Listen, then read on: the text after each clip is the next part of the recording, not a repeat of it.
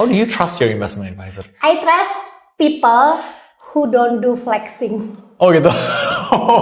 Let me flex right now. Just kidding. You say that the biggest achievement of a millennial adalah belum aktifin pay later in this day and age. Why is that? Aku mengakui bahwa it one of my highest achievement. Kenapa? Karena makin kesini orang tuh ngutang makin gampang. It's really easy gitu. Back then 10 tahun yang lalu, waktu awal-awal kita meniti karir ya, kalau mau pinjam uang ke bank kan banyak banget yang mesti di-provide. Data lah, formulir lah, wah.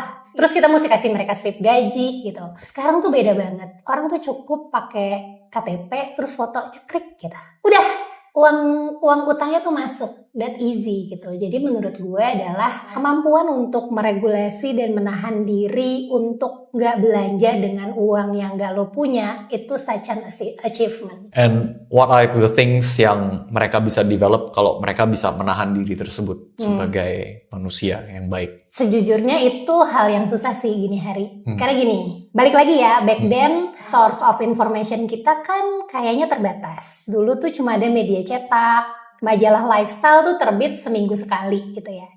Beda banget ke sekarang ketika lo bangun tidur, lo buka sosial media, semua orang liburan, semua orang nonton konser, semua orang pakai baju tas branded. Itu membuat kita merasa bahwa oh, that's the normal thing. Jadi ketika duitnya nggak ada dan pengen fulfill keinginan itu, ya it's a normal thing juga untuk lo tiba-tiba ya udah gesek aja pakai utang. Nah, menurut gue kemampuan untuk menahan diri, delaying your gratification, itu tuh kayaknya sesuatu hal yang harus dilatih dari kecil. Sebenarnya ya, misalnya kayak kita dari kecil, oke, tahan diri dulu, nggak makan dessert sebelum makan utama selesai. Lulus nggak lo dulu waktu kecil kayak gitu? Mudah-mudahan. Iya dong, itu kan jadi kita delaying our gratification. Sekarang ketika, kalau misalnya waktu kecil ternyata lo nggak lolos itu, nggak mau, nggak peduli, nggak mau makan yang benar, gue mau langsung straight to es krim. Ketika dewasa, ketika harus menahan diri, belum ada duitnya, belum ada kecukupan uang untuk lo take that yang lo anggap bersenang-senang so-called self-reward itu, terus lo merasa bahwa ya udah tinggal di shortcut aja. Jadi menurut gue delaying gratification, kebiasaan menahan diri itu harus dilatih. Kalau enggak, ya udah, apalagi yang bisa lo tahan gitu. What do you see are like the bad consequences of a person who do not exercise self-control? Case-case-nya tuh banyak banget sekarang nowadays ya. Kalau lo nggak bisa controlling keinginan lo nggak bisa manage your money, so it's really gonna hard to manage your life. Money is a microcosm of your life. Yes. Banyak banget sekarang case yang hidupnya jadi nggak terarah, keluarganya berantakan, bagaimana kita punya hubungan jadi jelek dengan orang sekitar gara-gara duit. Ya dong? Betul. Nah, jadi menurut gue ketika lo tuh punya keinginan untuk managing your money, walaupun ya, gue tuh selalu menerima kayak, ngapain sih diatur-atur, uang gue kan masih dikit, ntar aja kalau duitnya udah banyak gitu. Itu akan berakibat bahwa ketika uang gedenya datang, lo tuh gak ready. So, jadi ini yang banyak gue obrolin sama adik-adik gue ya yang masih awal-awal meniti karir gitu. I know, sekarang tuh kehidupan tuh rasanya berat banget, banyak banget social pressure yang kalian terima gitu ya. Gila aja gak beli maca 150.000. Oke. Yeah. Gila aja gak ikut kelas pilates 300.000. Gila aja gak ikut kelas pilates di bawah di Changi sana, di bawah Jewel itu gitu. Oh, yang ada gitu. Air terjunnya itu. Yes, maksudnya gue merasa angkatan adik-adik gue ya yang awal meniti karir Gen Z ini jauh lebih berat. Karena apa? Karena mereka segitunya terekspos sama hal-hal yang kayaknya kok kalau nggak diikutin lo ketinggalan banget. Nah, jadi try your best untuk bisa menahan diri, untuk mencukupkan, at least you have a good habit with your money. Karena dari situ kayaknya itu akan jadi bekal untuk you will manage your life. Gitu. And these are the things yang sebenarnya harus dijalani juga gitu kan. When you receive this information at this juncture, at this time, you might not understand it fully Ya. until you experience life Yes. dan ngerasain rasanya punya hidup yang kurang rapi itu seperti apa. Yes, I was wonder. Gue dulu tuh Kayak adalah tipikal, jadi gini, mungkin banyak orang yang jadinya relate sama gue karena I started just like other middle class gitu ya. I started my career di level digaji UMR dulu gitu. Tapi aku adalah si dede-dede FOMO itu. Jadi ceritanya nih itu selalu gue ceritain ketika ketemu audiens yang first jobber gitu-gitu. Gue tuh pernah, waktu itu gue gak salah umur 23, 24, 3 atau 2 atau 3 tahun berkarir gitu ya. Jadi mbak-mbak kantoran di SCBD yang hits itu Yang gitu keren. ya, yang keren itu gitu.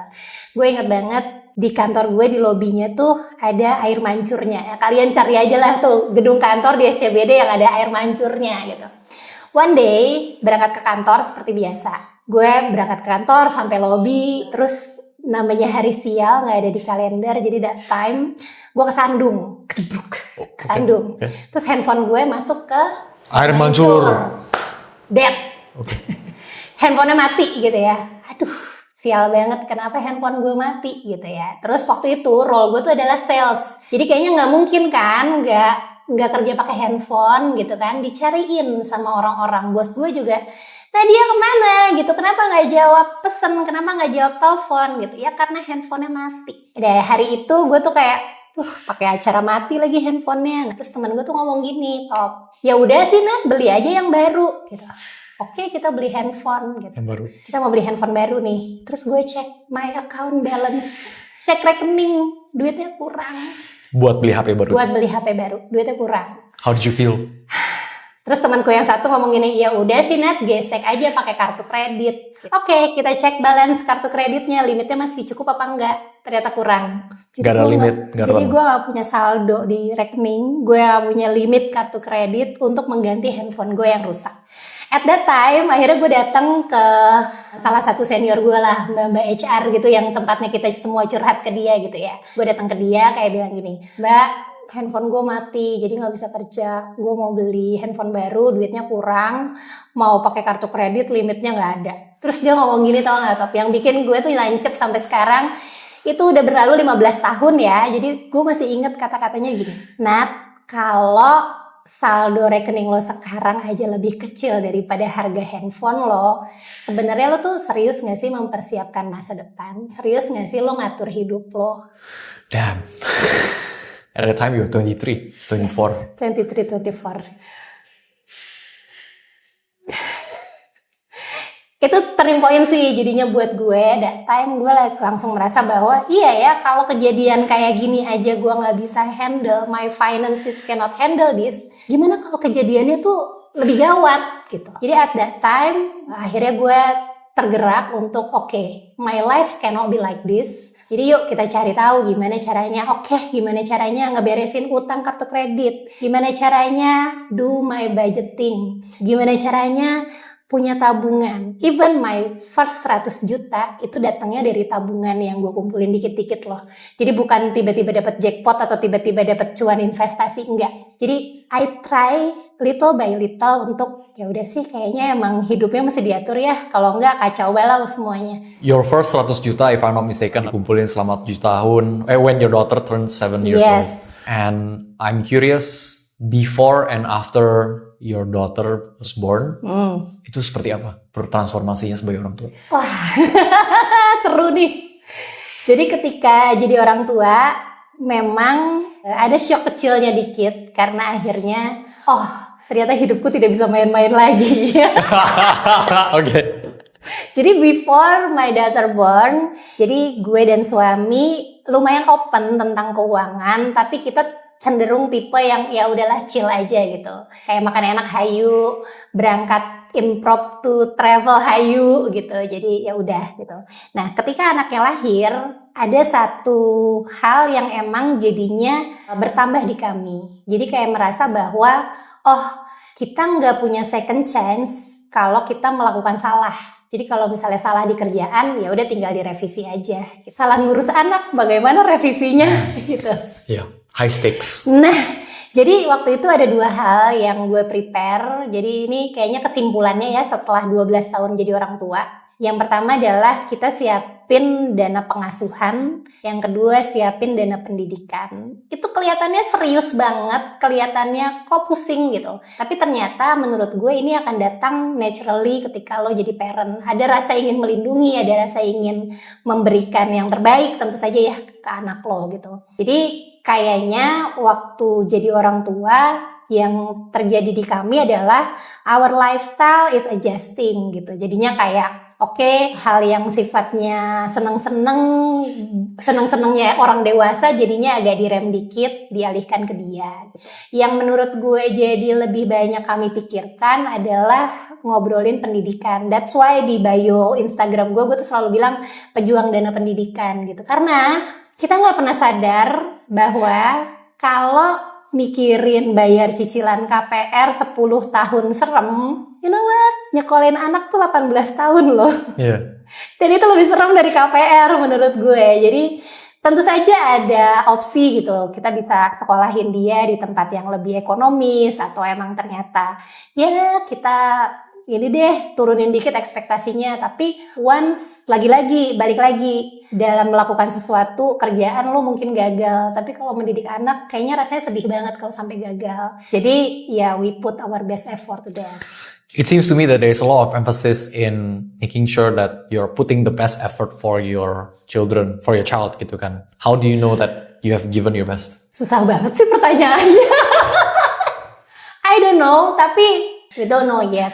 Tapi looking back untuk 12 tahun terakhir, ketika ngelihat anaknya grow sekarang, anakku kelas 6 SD by the way, dia lagi ujian minggu ini. Good luck. Good luck gitu ya. Good luck. Good luck, dia lagi ujian minggu ini. Sebenarnya we don't know yet masa depan dia kayak gimana. Setelah melewati sekian tahun dididik, diajarin, disekolahin gitu, gue merasa justru merasa accomplish sebagai orang tua dari hal-hal yang sifatnya kecil gitu. Contoh, jadi kayak dia prepare besok mau ujian apa, dia udah tahu semuanya prepare. Gue cuma cukup supervisi dari jauh gitu. Back then gue kelas 6 SD nggak gitu.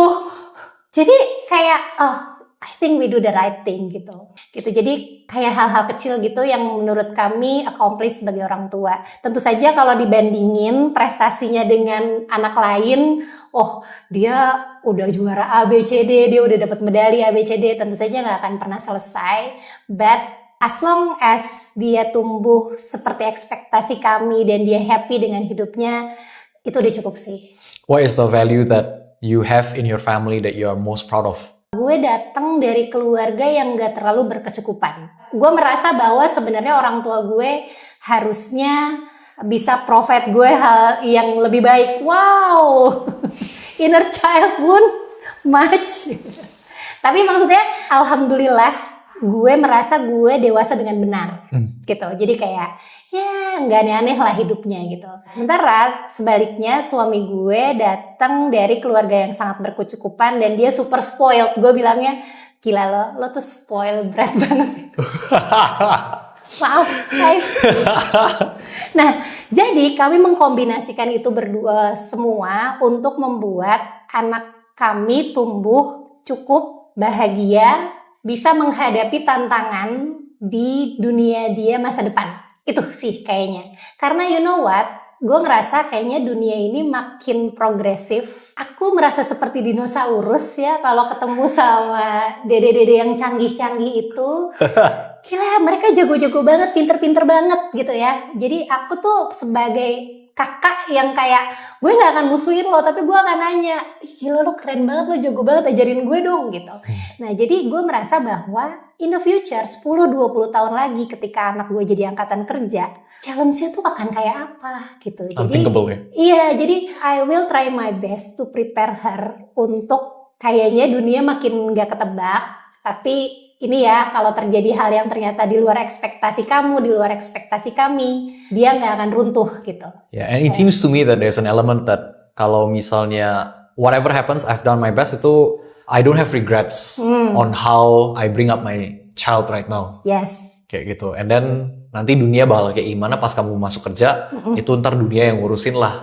Tapi selama aku ngerasa aku udah put in my best, and then aku nggak ada regrets gitu, penyesalan tentang gimana caranya aku menumbuhkan kamu, Yes. that's fine. Yeah. I think you're ready to become a parent, Tok. Oh gitu.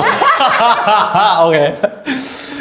And you also mentioned about millennial sama Gen Z, they are in a workplace yang lumayan susah, gajinya nggak naik-naik, terus harga housing juga Yes. mahal sekali. Terus pemerintah juga probably doesn't really give them a lot of support that they need. But what do you think are they? Tapi you also think that mereka canggih-canggih dan lain sebagainya. Yes. What do you think they are most blessed of? Mereka paling di blessingnya tuh apa in this day and age? Menurut gue adaptasi mereka terhadap teknologi sih gila banget, jago-jago banget anak-anak Gen Z ini gitu. Jadi mereka tuh ya mungkin karena mereka early adapter juga ya, jadi mereka grow up with that technology. Beda sama kami milenial yang masih ngerasain apa-apa serba analog gitu ya. Yep. Masih ngerasain nih kami serba analog, terus kayak Game Boy. terus mau ngirim email nyambung ke modemnya lama banget gitu. Kami tuh masih merasakan kayak gitu ya. Nah, jadi kita tuh masih ada nih gaptek-gapteknya tuh masih ada gitu. Tapi kalau misalnya adik-adik Gen Z satu dekade ke belakang gitu ya, menurut gue tuh mereka blessed banget dengan kemampuan mereka adaptif sama teknologi. Tapi itu pisau bermata dua. Kenapa? Karena di satu sisi hidup mereka sangat terbantu, di sisi lain kemudahan itu ada konsekuensinya, dan kadang-kadang people not aware about that consequences gitu. Contoh tadi, gampang banget untuk dapat source of fund, ngutang aja selesai. Tapi ya konsekuensinya lo sadar nggak kalau di balik itu ada bunga yang super gede, bagaimana itu akan menghisap opportunity income lo di masa depan gitu. Jadi hal-hal kayak gitu yang kayaknya kami nih kakak-kakak milenial masih perlu ngingetin gitu. Kalian tuh blessed with technology, tapi kemudahan itu datang dengan konsekuensi. And sometimes juga these things itu juga lumayan human nature. Greed, kerakusan untuk dapatin limit kredit itu cukup human nature lah. Yes. Dan ketika kita ngomong atau enggak kita mencoba yang terbaik untuk mengingatkan, you also know that not everybody would be able to absorb that message or information from you. How would you feel about that? Gini, gue tuh pernah, you cannot please everyone. Lo nggak bisa menyenangkan semua orang. Itu satu. Yang kedua, dunia ini udah banyak banget noise-nya. Tentu saja ya, banyak banget konten-konten AI. Banyak banget gitu ya, bener-bener kayak wah, kalau kita lihat tuh noise-nya banyak banget. Tapi menurut gue adalah ada satu hal yang gak tergantikan. Yang pertama adalah human story. Gimana lo cerita gitu. Tentu saja orang akan antipati ketika gak boleh ngutang ya titik. Enggak, mereka gak suka digituin. Tapi ketika lo tweak ceritain bagaimana tadi. Iya ya, dulu gue tuh ngutang. Efeknya adalah gue jadi gak bisa nabung. Efeknya gue jadi kehilangan opportunity bla bla bla bla bla gitu. Mungkin mereka akan jadi jauh lebih relate gitu. Jadi ketika ceritanya relate, harusnya mereka lebih gampang untuk menerima. But then kalau udah kayak gitu masih nggak terima juga, ya udah nggak apa-apa lah, kan you're not ice cream store gitu. Jadi nggak semua orang suka sama lo, dan that's okay gitu. My next question is, mungkin sometimes when we give that message, it implicitly says that, oh ya kayak kamu sebagai orang hidupnya jadi kaku karena nggak boleh ngambil pinjaman dan lain sebagainya. My question is, how do you balance YOLO and planning for your life? YOLO dan planning for your life itu menurut gue ini adalah ilmu yang sangat dinosaurus. Dari nenek lo juga udah ada ya. Jadi dulu angkatan ibu kita menggunakan amplop akordeon untuk misah-misahin uang mereka. Sekarang gue menggunakan budgeting dengan bank digital. Same problem, just different solution. Jadi ya udah dipisah-pisahin aja. Jadi gini, kita tuh punya ingatan yang pendek secara general gitu. Lo tadi pagi kesel sama sesuatu, siang ini mungkin udah lupa. Lo ingat nggak tadi pagi di depan lo waktu lo nge-tap tol mobilnya warna apa? Nah, begitupun dengan uang, kita tuh ingatannya terbatas. Jadi, gue tuh selalu menggunakan pengingat. Jadi gini, kita punya berapa, pisah-pisahin. Jadi mana yang boleh lo pakai buat YOLO, mana yang lo pakai buat your life, sama mana yang lo pakai buat future. It just simple three things gitu. Udah, Nah, tapi ini sifatnya fluid gitu. One time ada masa di mana lo nggak punya budget YOLO. Kenapa? Ya mungkin hidupnya lagi susah, ada prioritas lain, ada yang mesti dikejar. Maka itu akan tereduksi, pindah ke budget future. One time lagi, mungkin setelah lo melakukannya 5 tahun, akhirnya ada hal yang lo accomplish gitu misalnya. Kayak contoh gue tuh 2024 berhasil melunasi KPR ya. Congratulations, that's a huge accomplishment sih. Yeah. Berhasil melunasi KPR.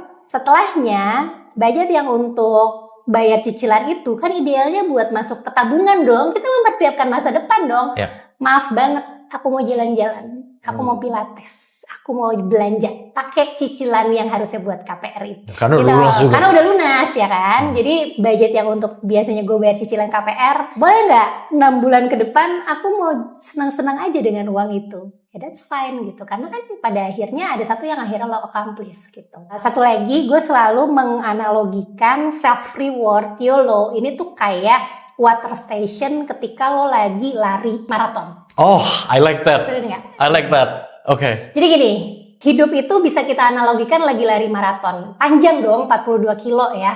Nah, kita lari adalah ketika kita mempersiapkan hidup itu sendiri gitu. Kayak lo nabung, lo kerja keras, lo running gitu kan. Nah, dalam 42 kilo maraton itu tentu saja ada water station kan. Ada titik di mana you deserve ya napas dulu lah, minum dulu lah, istirahat dulu lah gitu. Jadi self reward adalah ketika lo udah lari sekian, jaraknya sekian, oh you deserve to drink. Begitupun self reward, kita tuh sering menyalahartikan self reward kayak aku udah kerja keras, pokoknya self reward gitu. Tapi kalau dihitung lagi sebulan 20 kali self rewardnya. Maca itu yang lo sebut self reward sebulan 20 kali, tolong ya gitu. Nah, jadi you have to accomplish something dulu sebelum akhirnya berhak untuk minum di water station itu. Jadi menurut gue accomplishnya itu tentukan sendiri masing-masing. Let's say misalnya, okay, finally setelah kerja sekian tahun I got my first 100 juta. Oke, kita self reward. Lari lagi, oke, setelah sekian tahun ternyata kita berhasil ngumpulin uang untuk daftar haji. Oke, kita self reward. Jadi water station itu yang lo manfaatkan jadi self reward. Jangan 2 langkah self reward, 2 langkah self reward. Kapan finishnya? Ntar DNF. Itu kan DNF diciduk gitu. Itu yang sebenarnya analogi yang kayaknya mesti orang lebih banyak tahu tentang self reward. As a financial planner, what makes you happy? Ketika dapat feedback dari klien yang bilang bahwa Bennett, gue berhasil loh lunasin utang gue berhasil loh ngumpulin dana pendidikan anak gue berhasil loh ternyata bulan ini berhasil nabung walaupun gak banyak. That small things yang menurut gue tuh layak untuk kita rayakan karena tiap orang perjuangannya beda-beda ya. Ada yang ngerasa kayak, oh gila gue tuh untuk melunasin utang ini tuh perjuangannya gila banget gitu. Jadi gak semua orang titik achievementnya sama gitu. Jadi jangan bilang kayak, gila aja umur 25 belum punya 1 miliar pertama. Please. How do you celebrate? I celebrate my life justru dengan hal kecil-kecil aja sih, Top. Jadi I don't celebrate secara kayak grand gimana banget. Tapi kayak misalnya ketika gue berhasil dapat 100 juta pertama, gue bilang ke suami gue, kita punya loh 100 juta pertama uang sekolah anak kita. Kita ngapain nih gitu. Ayo kita ke Solaria. Nice. Receh banget gak sih? Ayo kita ke Solaria, kita rayakan dengan makan nasi goreng seafood itu gitu. Ya udah gitu. Jadi justru menurut gue selebrasi itu nggak perlu terlalu grand as long as happy-nya tuh udah dapet gitu. As long as you come with clarity, maka lo tuh nggak butuh banyak-banyak dopamin dari selebrasi-selebrasi kecil. What's the item or the most valuable thing that you possess that you think cannot be bought with money? My family sih kayaknya. Karena I don't know, gue sama suami gue cukup punya komitmen untuk menjadikan itu safe place kami. Jadi apapun yang terjadi di luar sana, kita selalu bisa pulang dalam keadaan yang nyaman, dalam keadaan yang no judgment, dalam keadaan yang bisa selalu saling backup satu sama lain. Itu sih kayaknya cannot be bought with money. Iya sih, the relationship with the family. Yes. Itu something yang harus kita siram terus with water so that it grows well. Yes, money is good, tapi menurut gue jadinya kalau kita nggak cukup mengelola itu dengan sehat. If you trade everything with money, jadinya kan juga nggak, it's not life that I wanna live with sih kayaknya. And that human connection that you have with other people itu priceless to you kurang lebih ya. Walk me through like a episode in your life ketika your emergency fund was the savior of your life. Seru nih. Emergency fund yang paling terasa adalah, jadi gini Top, life happens. Jadi I was doing my financial plan selama mungkin 15 tahun terakhir ya. Jadi kayak dari peristiwa handphone jatuh itu. Betul. Gue coba untuk mari kita atur hidup sedemikian rupa gitu. Tapi ternyata emang life happens. Kita tuh selalu merasa bahwa ketika kita menabung semuanya akan bertambah, grow and grow gitu ya.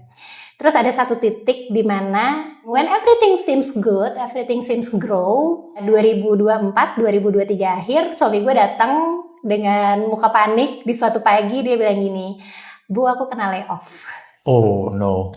In this economy it happens gitu ya. Jadi suami gue kena layoff. Dia kan sebagai donatur utama ya untuk urusan rumah, urusan tabungan anak gitu. Jadi selama ini dia yang selalu provide. Terus di situ gue belajar bahwa dia butuh waktu untuk sampai akhirnya menemukan pekerjaan baru. Nah, di situ dana darurat kami terpakai. Rasanya sebenarnya most people akan bilang ketika dana darurat itu terpakai, orang akan langsung merasa, wah gue gagal gitu. Tapi sebenarnya enggak. It's not sign that you are fail, it's sign that you are prepared gitu.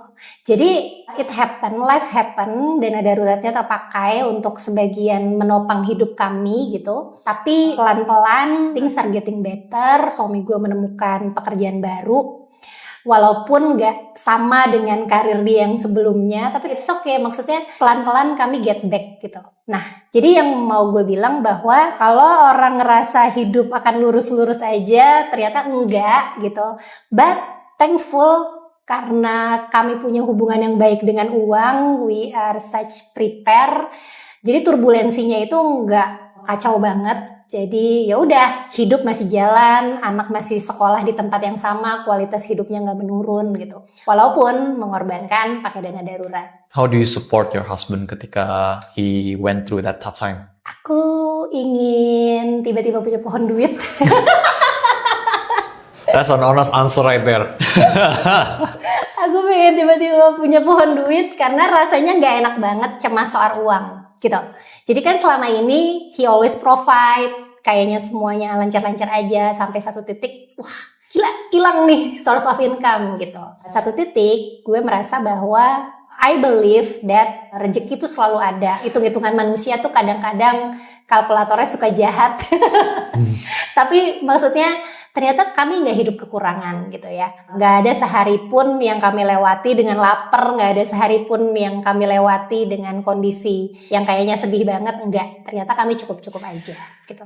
Tapi yang aku lakukan untuk support suamiku adalah I become menteri keuangan yang lumayan tenang. Calm. Jadi ada apa gitu. Aku kena PHK. It's okay honey, don't worry. Tenang aja, don't worry, runway kita lumayan panjang kok. Gitu. Jadi I gave him the data, I gave him the simulasi-simulasi gitu.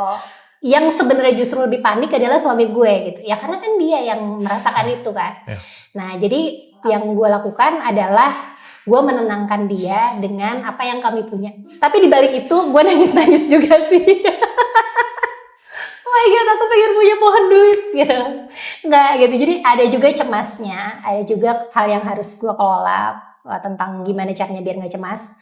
Tapi lagi-lagi itu semua terlewati setelah beberapa waktu, kok gak salah 7-8 bulan. Akhirnya dia menemukan pekerjaan yang income-nya udah bisa pelan-pelan kasih kontribusi lagi. Jadi yang menurut gue pesannya kayaknya yang mesti jadi pelajaran adalah rezeki itu datangnya bisa dari pintu mana aja.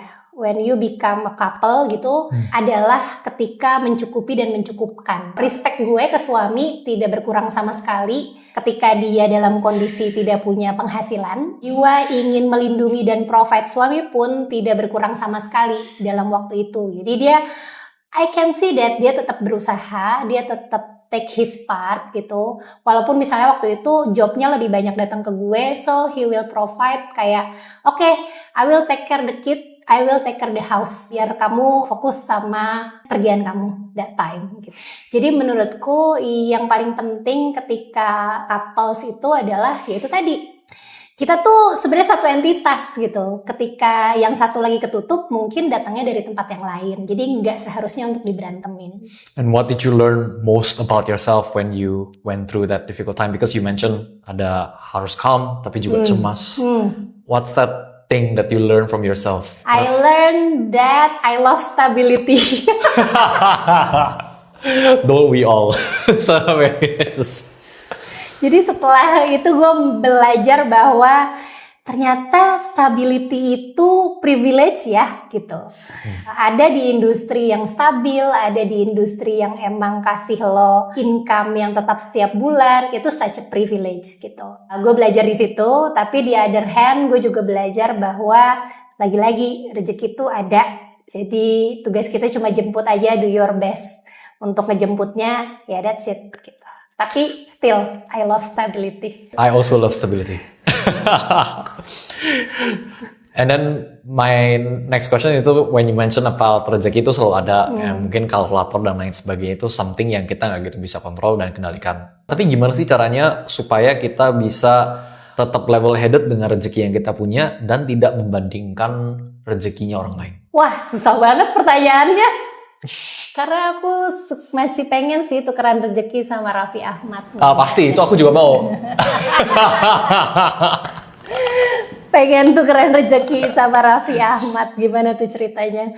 Jadi menurut gue ada satu mentality yang selalu gue tanamkan, yaitu everyone is replaceable. Yep.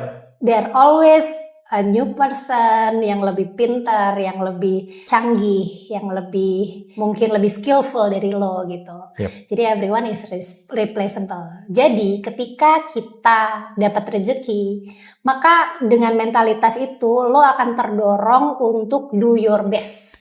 Iya toh? Jadi kayak oke, ada kerjaan yang mampir ke gue, everyone is replaceable. Ini datang ke gue, iya bisa aja dikerjain sama A, dikerjain sama B, dikerjain sama C gitu. Yep. Akhirnya yang gue lakukan adalah I put my best effort to that work. Itu sih yang sebenarnya bikin rasanya rezeki tuh jadi lebih sering mampir. Karena menurut gue, karena gue memperlakukan dia dengan effort terbaik yang gue punya. Tapi counterintuitif juga ya. Soalnya dasar dari prinsipnya adalah kita replaceable. Tapi karena itu kita jadi do our best. Do our best. And then secara tidak langsung rezekinya itu malah jadi datang. Iya dong, karena kalau lo put the best effort, orang happy dengan hasil karya lo, ya they will come back. Yeah, this is a philosophical sih ya. Yes, tapi menurut gue setelah berkarir sekian waktu, setelah bekerja sekian waktu, merasakan jadi karyawan, merasakan jadi self-planner, itu yang gue rasain sih ketika kita put the best effort on our work, kayaknya rezekinya akan jadi lebih sering datang. And I think one of the best outcome or results that you also have as a selfpreneur adalah your Instagram following juga, gitu kan. My question is, kalau misalnya that best effort adalah that Instagram following from other people yang come across you, and then what you say to them adalah, nih aku pejuang dana pendidikan, gitu kan, and then sini yuk aku temenin. Terus, what do you think is the message that you give to your audience that resonate most with them, that you think ini relatable banget sama mereka di kehidupan mereka? Sebenarnya yang bikin people come itu adalah ketika mereka merasa relate. Mereka merasa bahwa aku ngerasain juga nih story ini gitu. So being vulnerable also boleh gitu. Jadi kan kita tuh selalu senang dengan cerita-cerita yang inspiratif, accomplish something gitu kan. Accomplish something, I get my first 1 miliar gitu. Atau kayak, oh aku cuan beggar. Iya. Gitu, orang tuh seneng gitu dengan pencapaian itu. But also we also need cerita-cerita side story yang ngasih tahu bahwa fail juga nggak apa-apa. Where did you get from? Ya maksudnya gini, contoh kayak ya tadi gue cerita bahwa I try my best untuk mengelola uang selama 15 tahun terakhir, harusnya everything is grow gitu. Tapi ada satu titik di mana nggak grow ternyata. Ada masa kayak kita harus tarik mundur dulu. And I'm being okay to tell that story. Jadi ya nggak apa-apa kalau emang ternyata sempat ada failnya gitu. You're not a superhero that always kayak berhasil, but also unsuccessful story juga menurut gue harus lebih banyak diperdengarkan gitu. So it makes us human jadinya. Jadi ya udah, emang lo bukan follow dia karena dia selebritis, bukan follow dia karena dia duitnya banyak banget. They just following me because mungkin ya gue jadi teman mereka. What does being a friend to so many people have taught you about relationship? People will come when they feel that you resonate their ideas gitu. Ketika oh iya kita dalam perjuangan yang sama. Jadi efeknya adalah ya udah I build their trust. Terus jadinya trust itu gue manfaatkan sebaik-baiknya untuk kasih mereka informasi-informasi yang sekiranya berguna buat mereka. Gitu. Nah, jadi sebenarnya ini side yang lumayan ngeri-ngeri sedikit gitu. What if kalau gue salah ngasih mereka info? Betul. Wah, efeknya tuh mungkin kayak kan tinggal dikoreksi. Tapi kalau mereka udah melakukan sesuatu sama their life berdasarkan info yang gue kasih, itu kan gawat juga gitu. Jadi memang lately gue jauh lebih berhati-hati, apalagi ini urusannya soal uang. Betul. So when it comes to product, when it comes to hal-hal yang sifatnya produk keuangan, gue memastikan hal yang gue share ke audiens gue itu benar-benar yang udah gue coba. I took the benefit from that product. So I can tell the stories gini, gue pakai ini loh, yang gue rasain adalah A, B, C, D, E. Tapi mungkin dia ada risiko di D, E, F, G gitu. Jadi reviewnya jadi lebih honest. Terus ya jadinya informasi yang diberikan gak berat sebelah dan sebisa mungkin itu bukan hal yang menjerumuskan. Begitu. Berat sekali di bagian sini. Nggak masalah, dan I think the general theme from this conversation juga is a strong emphasis on ya udah kita apa adanya sebagai manusia, dan kita vulnerable aja with our failures, kita accept them, embrace them. Dan ketika kita deal sama financial product or like with any product, misalnya mau produk pilates sekalipun, ya kan, selalu ada resikonya, misalnya resiko cedera atau enggak resiko misalnya kesehatan yang lainnya kita nggak tahu. Yes, agree. And I think that's a very very beautiful message that you can give to people juga, karena kalau misalnya kita sebagai orang ada apa adanya apa segala macam, it will enable us to ground ourselves with our lives and do our best in whatever condition that we are set in aja in at that point of life. And then ya jadinya karena kita fokus sama hidup kita sendiri, mungkin rezeki-rezeki orang lain yang bukan kita punya, yang nggak harus terlalu kita. Ya nggak selalu harus sama dong. Betul. Yes, itu sih yang bikin peace of mind juga. You are a financial planner. Yes, I am. Ya, tapi kenapa you still need an investment advisor? Oke, jadi I tell you that gue lumayan familiar dengan berbagai macam produk keuangan. I manage my money, I do savings, I try investment. Tapi ternyata I love stability. Right, itu yang tadi dibahas.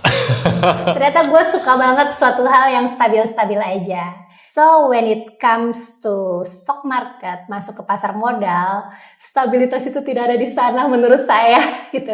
Jadi gue tipikal orang yang ternyata ada takutnya juga gitu. Jadi begitu gue nggak bisa memanfaatkan keuntungan dari si pasar modal itu. Jadi ketika pasarnya lagi bullish, gue kayak takut untuk taking profit. Wah, ini bisa lagi, kayaknya ini bisa naik lagi gitu kan. Nah, tapi ketika pasarnya lagi bearish, gue panikan. So, I decided untuk melimpahkan tekanan itu ke di compound. Ke orang lain. Ke orang lain. Biar yang lain aja yang mikirin itu. Gue cukup bagian cari duitnya dan manage duitnya gitu. Nah, the second is, menurut gue analoginya kayak dokter umum. Gue kan dokter umum ya, jadi yang kayak melihat keuangan sehat secara general gitu kan ya. Oh oke, kamu lagi sesek, oh flu, aku bisa obatin gitu kan. Nah tapi kalau pasiennya ternyata, aduh sesek, ternyata ada masalah di jantungnya, kan dokter umum gak bisa ngobatin. So I refer that case to orang yang lebih spesifik lagi gitu keahliannya. So I do that kayaknya biar bisa bikin portfolio gue jauh lebih efektif dibandingkan gue kelola sendiri. How do you trust your investment advisor? Susah nih jawabnya. I trust people who don't do flexing. Oh gitu. Let me flex right now. Just kidding. Jadi gue tuh sama orang yang flexing angka, flexing cuan, flexing flashy things. Gue tuh selalu merasa there's something fishy about that. Jadi aku pilih orang yang sekiranya do everything their work in quiet. Jadi kayak ya udah ini yang gue lakukan. Tapi sejujurnya untuk memutuskan memakai services ini butuh riset yang lumayan lama. Kalian itu dari 2023 kalau nggak salah ya, 2024. Yep. Aku udah liatin, udah follow, tapi kayaknya belum bisa nih trust gitu, belum masih takut nih gitu. Jadi gue try untuk pelajarin apa yang offer si penasehat investasi ini. Nextnya yang gue lakukan adalah gue cari tahu ada nggak sih circle atau teman gue yang jadi klien juga. Ternyata belum ditemukan waktu itu. Oh no, that means we need to do better job.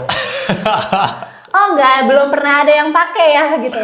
Takut juga sih. Finally, akhirnya gue menemukan orang yang, lo pakai jasanya mereka gitu. Terus kita coba cari tahu, ngobrol. Terus setelah dicoba, gue mencoba dengan porsi yang sedikit dulu, yang sekiranya I can bear the loss kalau emang sampai kenapa-napa. Itu yang gue lakukan. Dan turn out, ya I think it's still the right decision.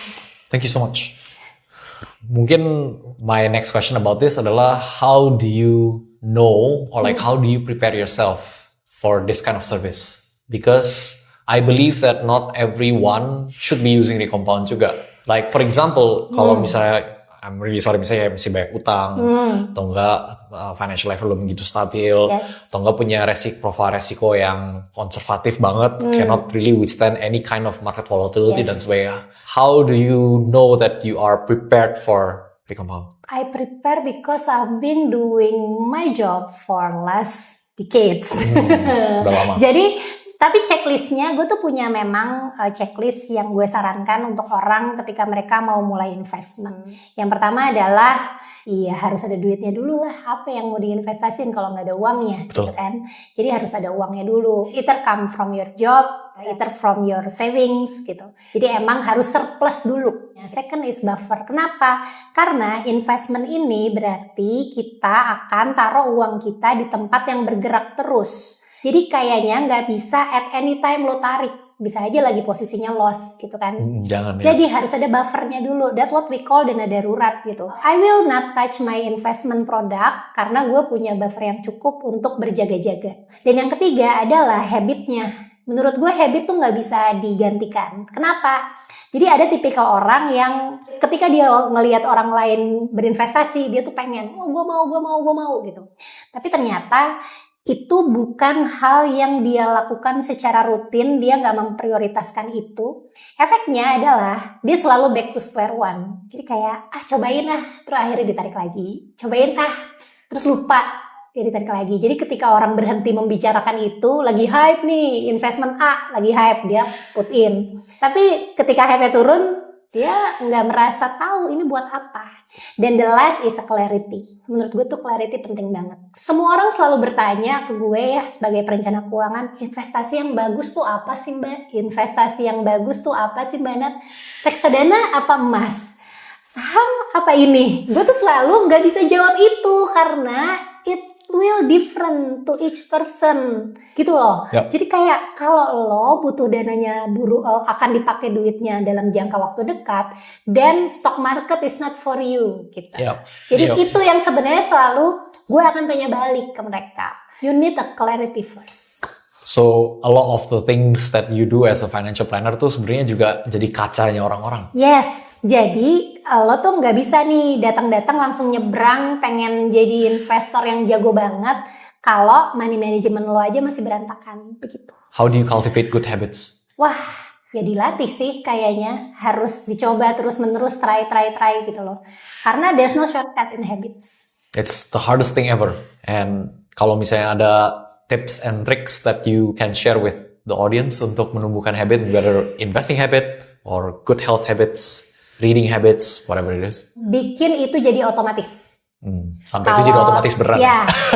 Oke. Jadi misalnya investment, set the auto debit. Kalau olahraga, bikin aja setiap lo bangun tidur lo tiba-tiba udah berganti dari piyama ke baju olahraga lo. Niat atau nggak niat olahraga, pakai aja dulu. Then you can see the magic happen. Wise answers. One of the few last questions that I have for you adalah, what is a good retirement for you? I reach 40 this year, jadi retirement tuh kayaknya semakin lebih sering terdengar. Nah, sekarang gue dalam fase antara mau all in ke pendidikan anak, kita kasih dia yang best of the best, tapi neglecting our retirement fund, atau yang ya udah effort terbaik aja dengan money yang masih wise, jadi kita tetap bisa punya retirement fund gitu. Itu sebenarnya lagi jadi issues banget. When me and husband talking about retirement, itu adalah kita mau ngapain ya nanti setelah retire gitu. What kind of life yang kita pengen gitu. Us thinking that kayaknya hidup kita sekarang mungkin udah bisa kasih sedikit sneak peek sama kondisi kita di retirement nanti gitu. Jadi kami datang dari 2 orang self-planner yang jadwal kerjanya itu nggak strict. Terus mungkin nanti retirementnya juga masih tetap pengen berkarya. Jadi kan orang tuh menganggap bahwa oke, 55, umur 55 retirement. Terus orang menganggap kayak hidup lu selesai di situ, that's it gitu. Maratonnya habis. Iya kan, maratonnya habis, that's it gitu. Padahal kan angka harapan hidup orang Indonesia itu sekarang tuh kalau nggak salah 77 tahun pria, 80 tahun wanita. Jadi dari 55 ke 75 lah anggap ya. Itu udah 20 tahun, masa sih hidup lu berhenti di 55 gitu? Kan enggak. Nah, jadi yang ada di pikiran kami, mungkin selama ini kami selalu mengkotak-kotakan retirementnya itu kepada orang-orang yang memang punya karir korporasi gitu ya. Jadi 55 selesai, udah nggak gajian lagi. That's it gitu, kayak udah selesai hidup lu, padahal kan enggak. Nah, jadi mungkin karena sekarang hidup kami lebih fleksibel, we prepare for that retirement. Tentu saja nanti umur 55 tenaga gue udah gak sama kayak sekarang ya. Ngadepin tenaga untuk ngadepin pekerjaan yang terlalu complicated atau terlalu time consuming, itu kayaknya mungkin akan jauh lebih rendah gitu kan, jadi kemampuan gue. Tapi mungkin kami akan tetap berkarya. But at that time going, kita tetap siapin retirement fund yang sekiranya kayak bisa jadi buffer gitu. Kalau emang di saat itu ya udah sih nggak pengen kerja, pengen leyeh-leyeh aja, ada uangnya gitu. Tapi kalau kayak masih pengen berkarya, ya udah gitu. So we prepare our retirement fund, tapi nggak terlalu kaku. Tapi kalau seperti itu mungkin, ini bukan aku yang ngomong seperti ini, mungkin ada orang yang bisa bilang, kalau begitu nggak retire dong? Iya ya, nggak retire ya. Ya mungkin retire-nya kayak dibikin lebih cepet. Beberapa tahun lalu ketika gue retire dari corporate job. Enggak ya, gue menyebutnya pensiun mini. Oh ini, this is, I think Tim Ferriss mentioned this last time. Jadi kayak you take 3 months atau 6 months out of a year gitu untuk pergi atau melakukan apapun yang kamu mau. Tanpa worry about income. Tanpa gitu worry kan. about income. Yes, itu bisa sih. Jadi that kind of retirement gitu. Gue juga ngobrol sama temen gue yang kayaknya into banget sama issues FIRE, Financial Independent Retire Early gitu. Nah, menurut dia FIRE itu FIRE, RE-nya itu optional. gitu. Menurut gue ya udah lo kejar aja financial independent lo, reach that numbers. Nanti perkara mau retire early, mau retire-nya rekreasional, mau retire-nya sambil doing what you love, atau simply ya udah kalau gue retire gue nggak mau ngapa-ngapain. Itu sebenarnya kan bisa tumbuh dari opsi ketika lo udah punya retirement fund itu gitu. Jadi freedom. Yes, jadi freedom of choice kan, gitu. Jadi kalau sekarang mungkin lo masih belum bisa traveling berbulan-bulan karena masih ada hal yang mesti dikerjain, ada klien, ada yang mesti diurus. Nextnya mungkin ketika lo udah punya such source of fund yang segitu untuk retire early, ya udah lo jadi lebih bebas gitu. That's cool. Just now I asked you as a financial planner what makes you happy. Tapi as a human being, what makes you happy? My bank account. Terlalu jujur. Kalau jujur, this is honest stuff right here. As a human being, gue happy ketika itu susah banget loh pertanyaannya, it's really tough question gitu. Apa yang bikin gue happy ya? Karena kan gini, as we Checking grow your bank older. counts, you know, it's okay. Oke, ini wise answer ya, tolong. Ini katanya lagi penjurian Putri Indonesia ya, wise answer. What makes me happy adalah ketika anak gue happy, ketika keluarga gue happy, dan I'm happy. Tapi emang gue harus menemukan satu hal lain yang bikin gue menjadi balik diri gue sendiri. Because when I become a mom, when I become a wife, when I become a mom, ini sebenarnya produk yang sangat patriarki sih. Semuanya kan lo mendedikasikan diri lo untuk keluarga lo, untuk anak lo gitu. So kadang-kadang kita tuh nggak merasa bahwa diri lo sendiri tuh penting. Nah, lately gue balik lagi ke diri gue sendiri. Jadi lately mungkin 1-2 tahun terakhir, I always put myself first. Jadi, ini salah satu hal yang gue lakukan. Jadi last year end kemarin kita ada family holiday, kita jalan-jalan gitu ya. Terus after that, gue bilang ke suami dan anak gue, I need a holiday from you guys. Oke. So, I manage a girls trip sama teman-teman gue untuk sebagai hadiah diri sendiri that gue udah jadi ibu yang baik, gue jadi istri yang baik, and I'm become a responsible adult, so I deserve this trip. Jadi kayaknya next month I will going somewhere girls trip untuk merayakan what I accomplish. Gitu sih kayaknya salah satu happiness. Apa yang lo bilang what makes you happy gitu. Gue selalu berpikir orang lain duluan gitu, tapi ternyata I can make myself happy first gitu. And I honestly think that if the answer is I'm not very sure, it's also okay gak sih? Iya, also okay. Iya. Tapi perempuan, apalagi orang Indonesia, kita tuh punya semacam tekanan sosial untuk menjadi ibu yang baik, menjadi istri yang baik. At the expense of yourself. Nah, gitu. Jadi kalau kita mendahulukan diri sendiri, orang akan punya pandangan bahwa kok lo egois banget sih. Nah, itu yang pelan-pelan aku kikis, so I put myself first. Ya, dan kadang-kadang masalahnya bukan masalah sih, isunya kalau misalnya yang laki-laki kadang egonya terlalu tinggi, kalau yang perempuan egonya terlalu nggak ada.